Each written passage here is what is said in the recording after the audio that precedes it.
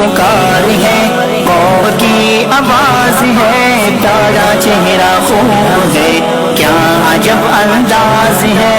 वक्त की पुकार है, कौम की आवाज है, प्यारा चेहरा खूब है, क्या अजब अंदाज है। मौलाना आ गया है, हक गोई में अपना लोहा मनवा गया है।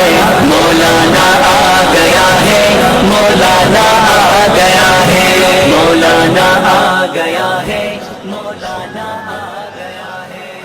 रोक सको तो रोक लो, मौलाना आ गया है, मौलाना आ गया है, मौलाना आ गया है, मौलाना आ गया। अल्हम्दुलिल्लाह, अल्हम्दुलिल्लाह वकफ़ा व सलामुन अला इबादिहि अल्लज़ीना इस्तफ़ा, ला सियमा अला सय्यिदिर रुसुल व ख़ातमिल अंबिया व अला आलिहि व सहबिहि व मन बिहदीहि मुहतदा।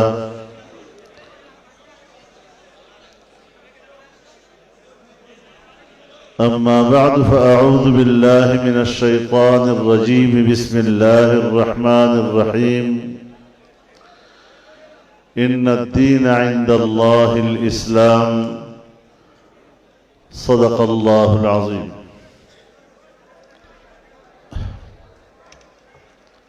जनाब सदर मोहतरम, हज़रात उलमाए किराम, सरज़मीन हज़ारा के इंतहाई मुअज़्ज़ज़ हज़रात, मेरे बुज़ुर्गों, दोस्तों और भाइयों,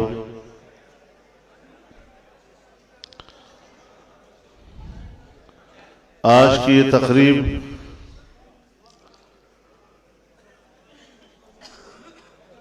एक ऐसे मौके पर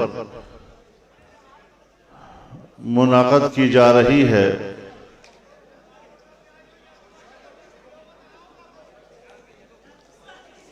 जब पूरे मुल्क में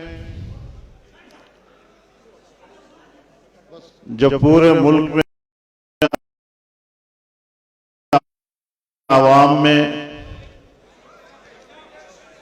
इज़्तिराब है,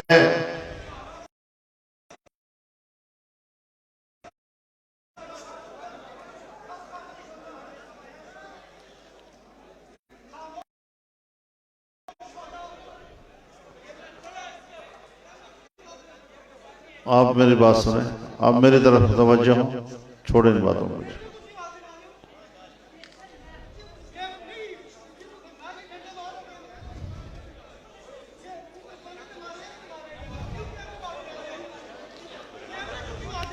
अब्दुर्रहमान खामोश हो जाएं, अब्दुर्रहमान खामोश हो जाएं। और कैमरे वाले भाई से भी गुजारिश है, अगर किसी ने कोई बदतमीजी की है तो हम माजरत, अगर किसी ने कुछ कहा है तो आप सब्र करें, मेहरबानी करें, मेहरबानी करें। आप सब हजरात से गुजारिश है, ये अब्दुर्रहमान किधर है? समझदार आदमी है और यहाँ पे शोर कर रहा है, खामोश रहें सारे। और कायदे मोहतरम आपसे मुखातिब हैं, कैमरे वाले भाई से गुजारिश है, मुश्ताक भाई खामोश।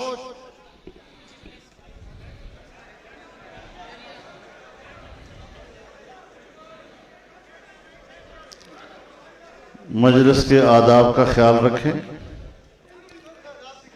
आप जरा खामोश रहें, बहुत हो गया है। किसी को भी मजलिस के आदाब के खिलाफ आवाज़ निकालने की इजाज़त नहीं है, चाहे वो सहाफ़ी हो, चाहे वो मौलवी हो, चाहे वो वकील हो, चाहे जो भी हो। यहाँ पर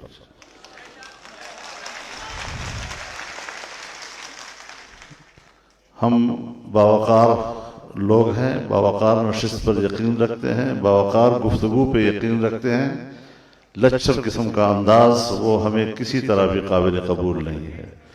हमने ये ज़ुबान इमरान खान की आज तक कबूल नहीं किया, तो आप कौन होते हैं ऐसी ज़ुबान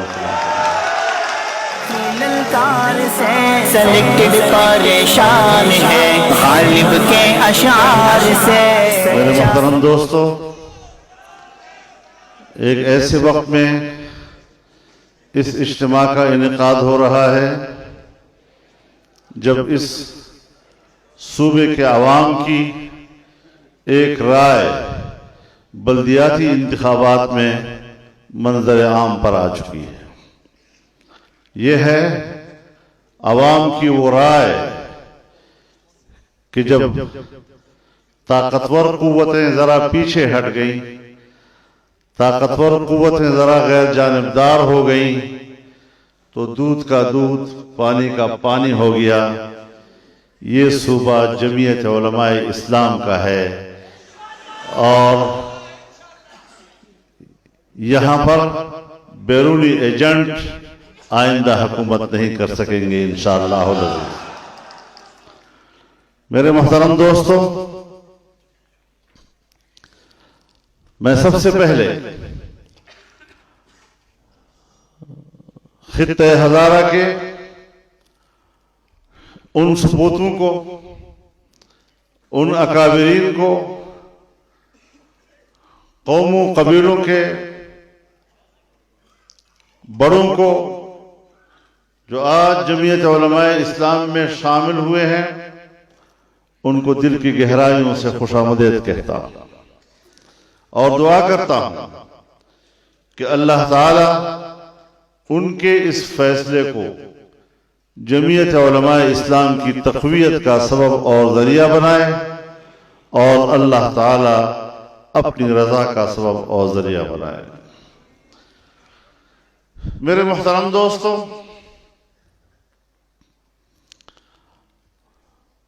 जमीयत उलमाए इस्लाम एक नजरियाती जमात है। 100 साल उसकी तारीख और उसकी उम्र मुकम्मल हो चुकी है।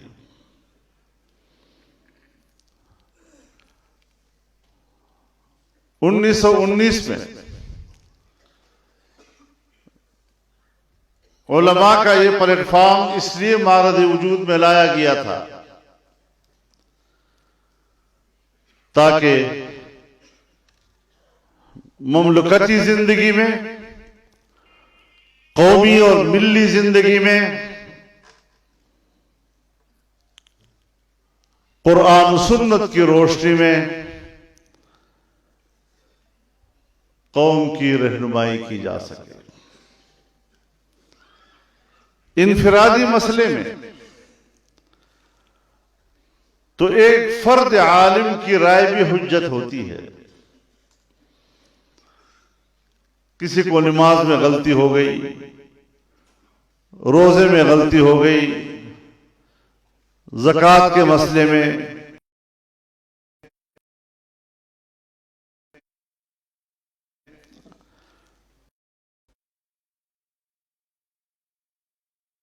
निकाह तलाक के मसले में, मीरास के मसले में, तो हम मदरसे के मुफ्ती के पास जाते हैं, गांव के मौलवी साहब के पास जाते हैं, उस्ताद के पास जाते हैं।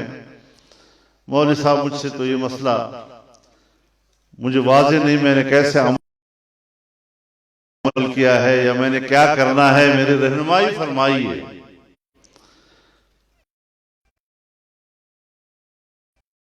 तो उसके इनफिरादी मामले में एक फर्द आलिम अपनी राय देता है और उसकी रहनुमाई कर लेता है। लेकिन कौम के इज्तिमाई मामलात में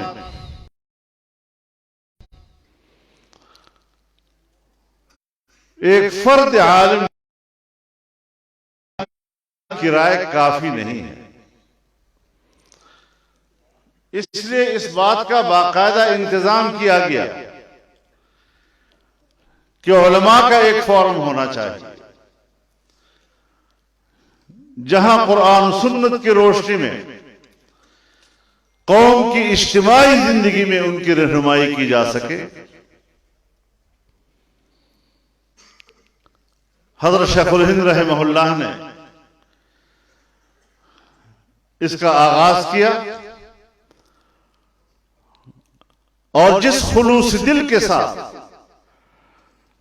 इस सफर की बुनियाद रखी गई, आज उसी खुलूस की बरकत है कि पाकिस्तान में जमीयत उलमा को आज कौम की और अवाम की हिमायत और उसका भरपूर एतमाद हासिल है।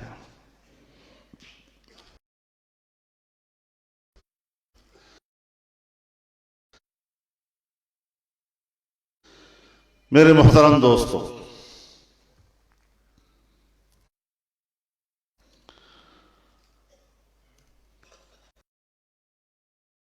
जब हम कौम की बात करते हैं, मुल्क मिल्लत की बात करते हैं,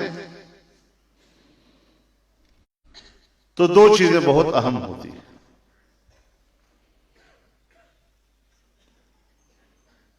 पहली बात अमन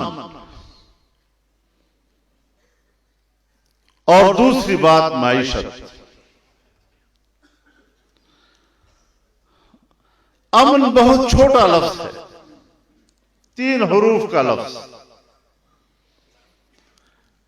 लेकिन ये तमाम तर इंसानी हुकूक का इहाता करता है और तमाम तर इंसानी हुकूक के तहफ़्फ़ुज़ का नाम अमन है। और इंसानी हुकूक इंसान के 3 चीजों के गिर्द घूमते हैं: इंसान की जान, इंसान का माल, इंसान के इज्जत और आबरू। और दुनिया में जितने कवानीन बनते हैं वो इन 3 दायरों के अंदर घूमते रहते हैं। अल्लाह रब्बुल इज्जत ने जो हमें निजाम अता किया है, जाहिर है कि अल्लाह के दिए हुए निजाम को नाफिज करना, उसके लिए बुनियादी चीज तो अल्लाह की बंदगी ही। अब्दियत और दियानत ये अव्वलीन चीज है जिसका ताल्लुक अफराद के साथ है। वमा खलक़तुल जिन्न वल इंस इल्ला लियअबुदून, मैंने इंस जिन को सिर्फ अपनी इबादत के लिए पैदा किया है। वमा उमिरू इल्ला लियअबुदुल्लाह मुखलिसीन लहुद्दीन हुनफा व युकीमुस्सलात व युतुज़्ज़कात व ज़ालिका दीनुल क़य्यिम। इबादत और दियानत ये इब्तिदाई क्राइटेरिया है, इब्तिदाई इस्तेदाद है। अब उसके बाद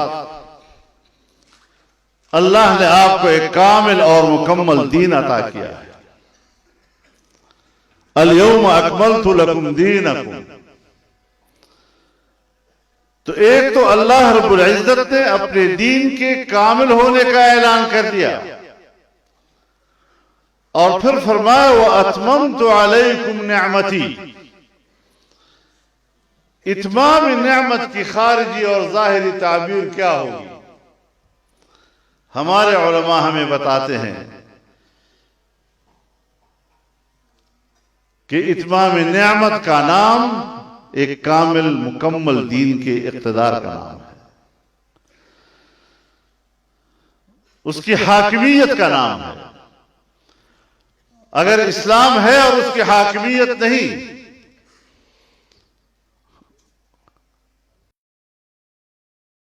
तो फिर उसकी इफादियत लोगों तक नहीं पहुंच सकेगी।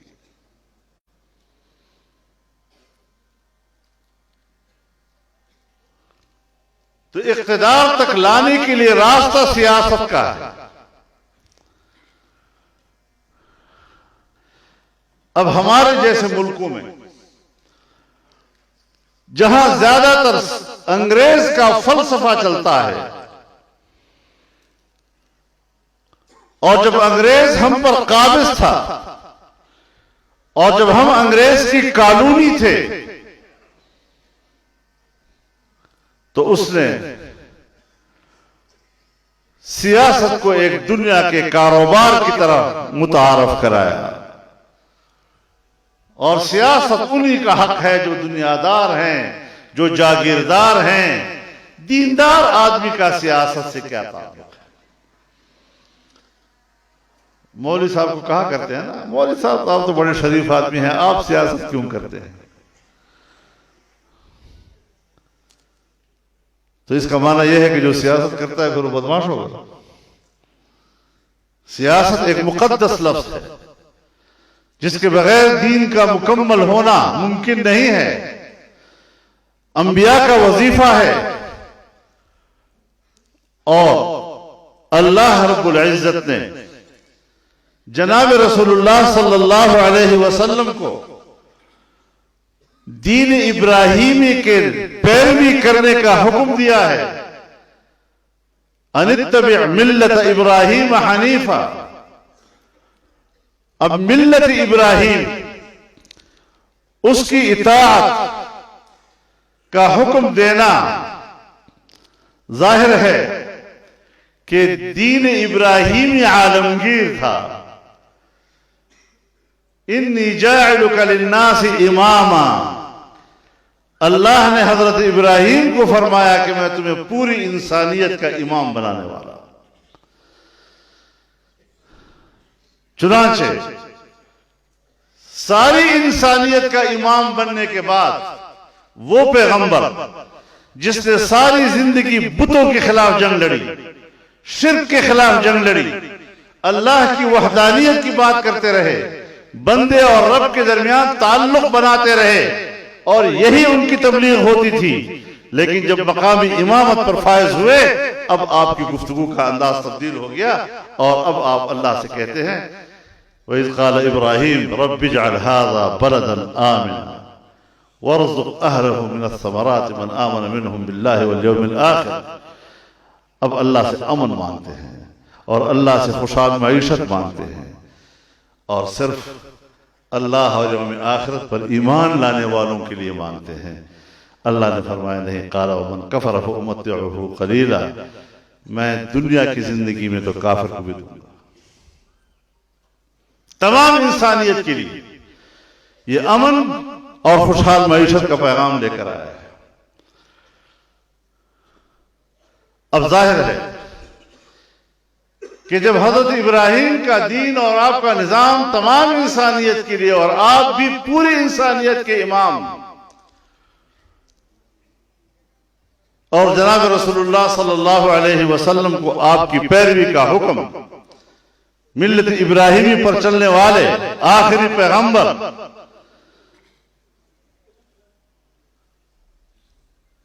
वो भी कुल या अय्युहन नास इन्नी रसूलुल्लाहि इलैकुम जमीआ। तमाम इंसानियत को बता दो कि मैं तुम सब की तरफ अल्लाह का पैगंबर बनाकर भेजा गया। अब आपकी नबूवत भी आलमगीर, आपका पैगाम भी आलमगीर। ऐसे आलमगीर निजाम रखने वाले पैगंबर को जो उम्मत अता की गई, कुंतुम खैर उम्मतिन उखरिजत लिन्नास, ऐसी उम्मत सबसे बेहतरीन उम्मत जो सारी इंसानियत की तरफ भेजी गई है। अब इस इंसानियत की तरफ सारे दीन को फैलाना और भेजना, उसमें इक़्तिदार का तसव्वुर है। अल्लाह ताला ने कुरान में दावत का लफ्ज़ भी इस्तेमाल किया है। अल्लाह ताला ने कुरान में वाज़ का लफ्ज़ भी इस्तेमाल किया है, नसीहत का लफ्ज़ भी शरीयत में इस्तेमाल हुआ है। लेकिन इस मकाम पर अम्र बिल मारूफ और नही अनिल मुनकर का लफ्ज़ इस्तेमाल हो रहा है। सो अम्र उलमाए किराम जानते हैं, आमिर को चाहता है, अमीर को चाहता है, नाही को चाहता है। कौन रोक सकता है किसी बुराई को? सबसे पहला काम साहिब इख्तिदार का है।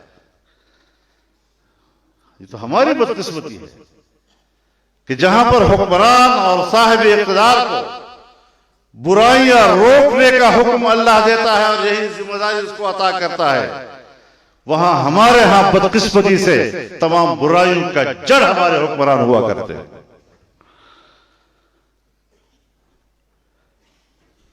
तो जब बुराइयों का जड़ हमारे हुक्मरान है तो फिर ऐसे हुक्मरानों को जड़ से उखाड़ फेंकना भी कौम का फरीजा बन जाता है।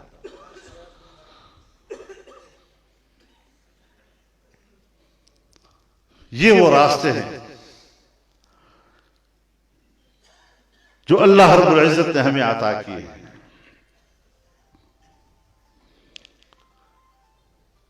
वल्लज़ीना इम्मक्कन्नाहुम फिल अर्द अक़ामुस्सलाह व आतउज़्ज़काह व अमरू बिल मारूफ व नहू अनिल मुनकर। और वो लोग जिनको जमीन में इक़्तिदार अता किया गया,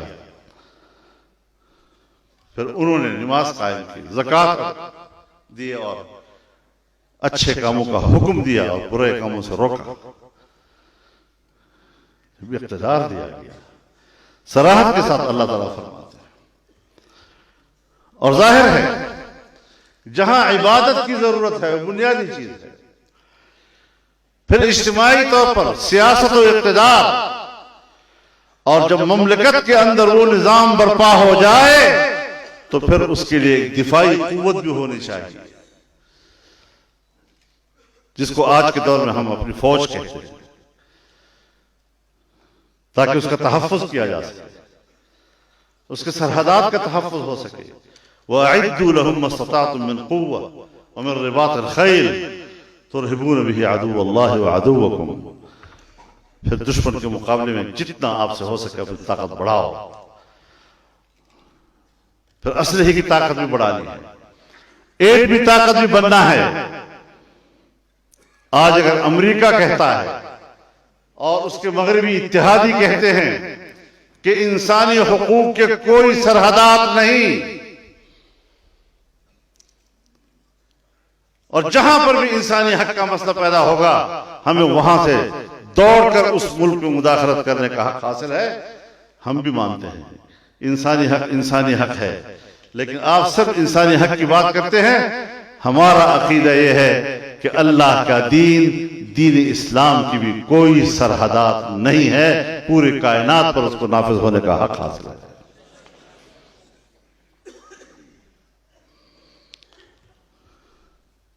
लेकिन जमाने के साथ साथ चलना होता है।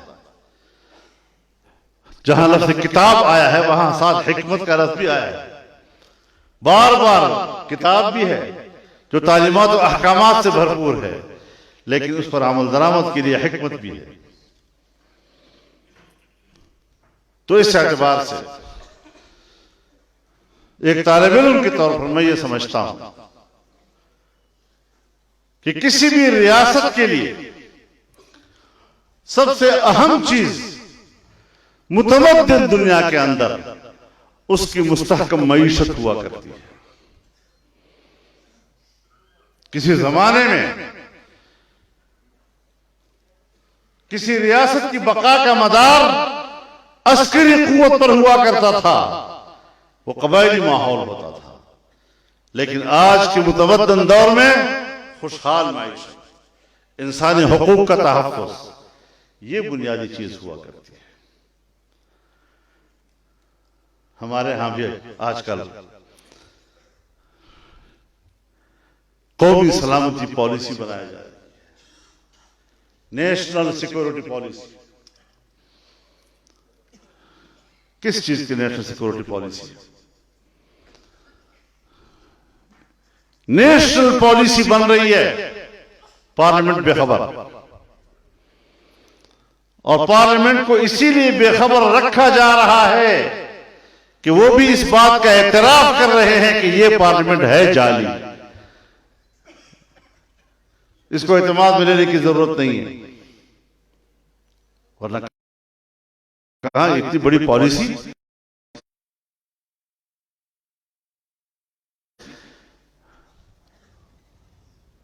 अभी तक खुफिया भी रखी गई है। कहते धीरे धीरे कौम के सामने लाएंगे, धीरे धीरे।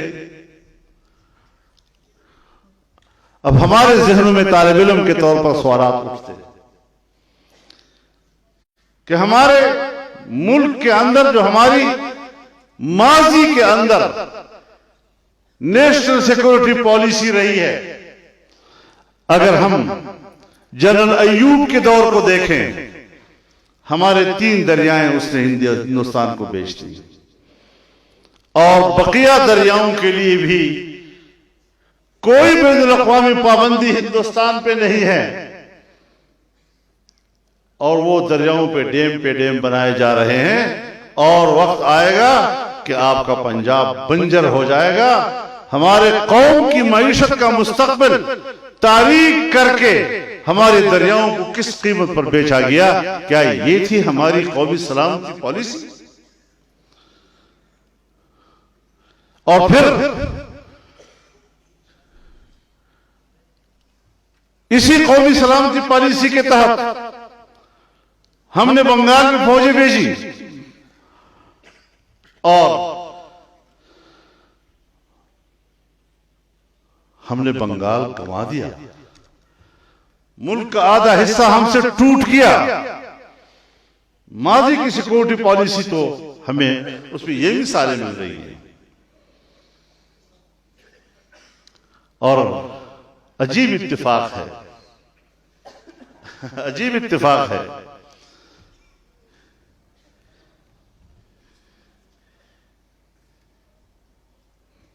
कि हिंदू हुक्मरान के सामने भी नियाजी सरेंडर हुआ था और आज बैनुल-अक़वामी मालियाती इदारों के सामने भी एक नियाजी सरेंडर हो रहा है।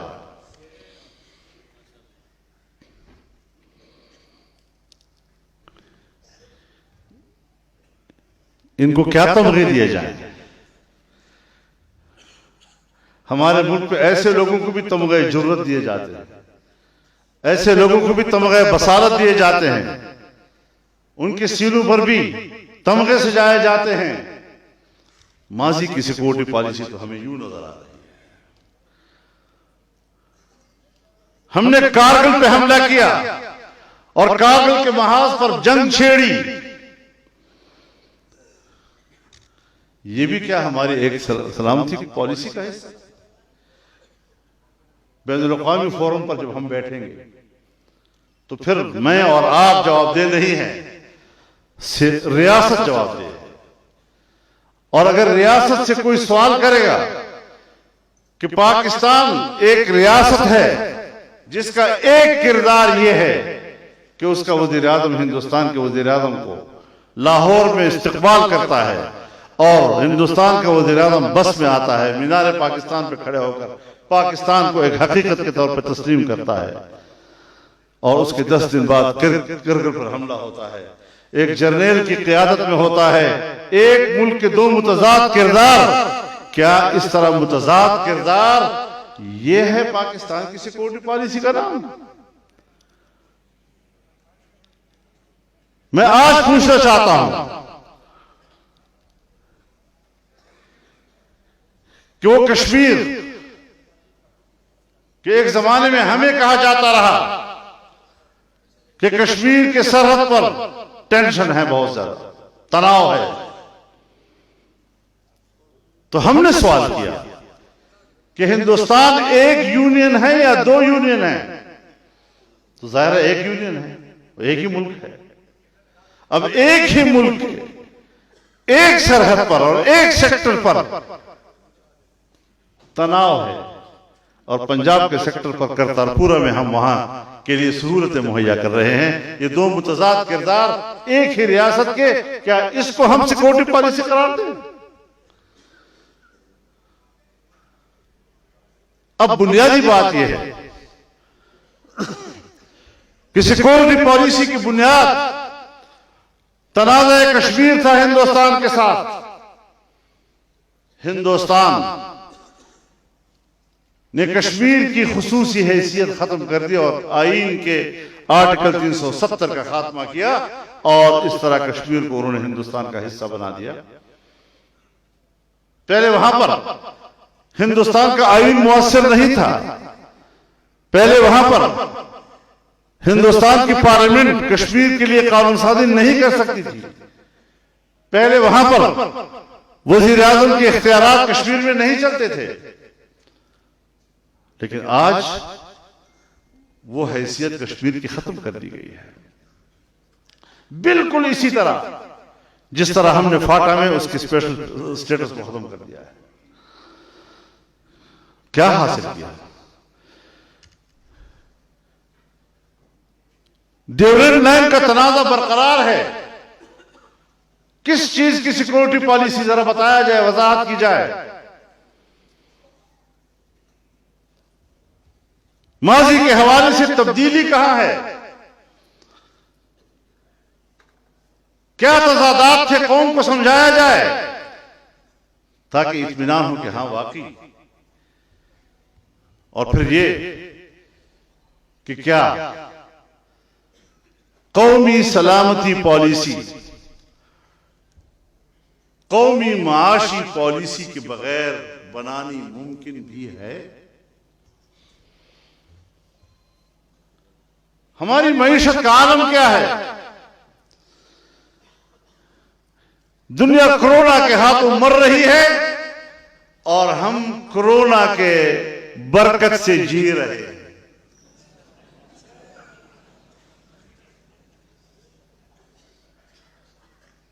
और इस मद में जो पाकिस्तान को मदद मिली है उसी पे गुजारा चल रहा है और हिसाब किताब कोई नहीं। हिसाब और एहतसाब से बालातर हुक्मरान। हमारे पड़ोस में हिंदुस्तान है जिसका सालाना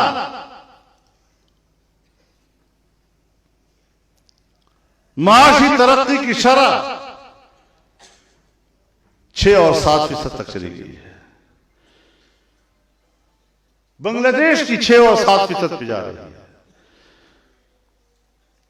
चाइना के 8 और 9 पे जा रही है। मलेशिया को जाके देख ले, इंडोनेशिया को जाके देख ले, श्रीलंका को जाके देख ले, ईरान को जाके देख ले। और पाकिस्तान की सालाना शरह तरक्की तखमीना 0 से भी नीचे चला गया है।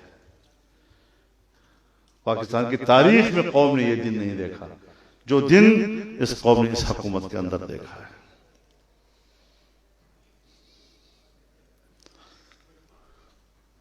हम कहते हैं चाइना हमारा दोस्त, ऐसा दोस्त कि जिसकी दोस्ती हिमालय से बुलंद, जिसकी दोस्ती समंदर से गहरी, जिसकी दोस्ती शहद से मीठी, जिसकी दोस्ती लोहे से मजबूत।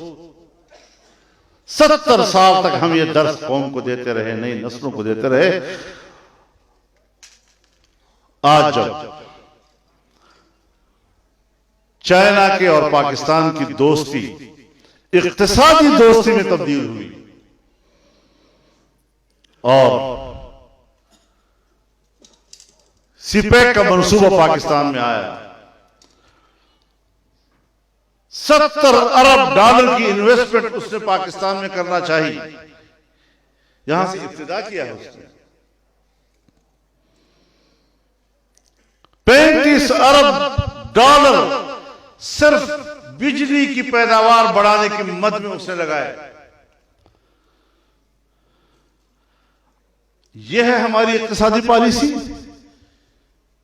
कि एक ऐसे दोस्त और इस दोस्त की इतनी बड़ी इन्वेस्टमेंट, इतनी बड़ी सरमायाकारी, आज हमने उसको खाक में मिला दिया। और हमारा जाली वज़ीर आज़म जाता है, ये तो फलसफे बघारता है ना। जब कोई बोंगी मारता है कहते हैं मेरा फलसफा, मेरा विजन।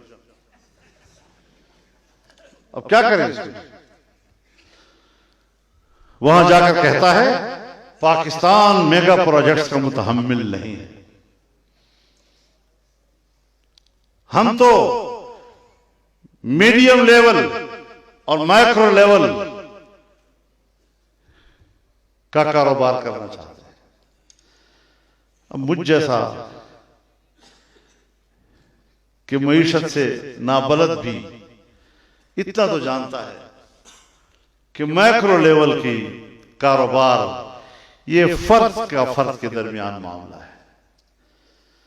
एक आदमी कहता है मैं मुर्गी बेचता हूं, दूसरा कहता है हाँ ये पैसे ले लें आप उसके। अंडा बेचता है, अंडा खरीदता है, कट्टा बेचता है, कट्टा खरीदता है, एक प्लाट बेचता है, प्लाट खरीदता है, घर बेचता है, घर खरीद लेता है। पब्लिक टू पब्लिक आपस में मामला होते हैं। इसका बैनुल-अक़वामी कारोबार से क्या ताल्लुक है?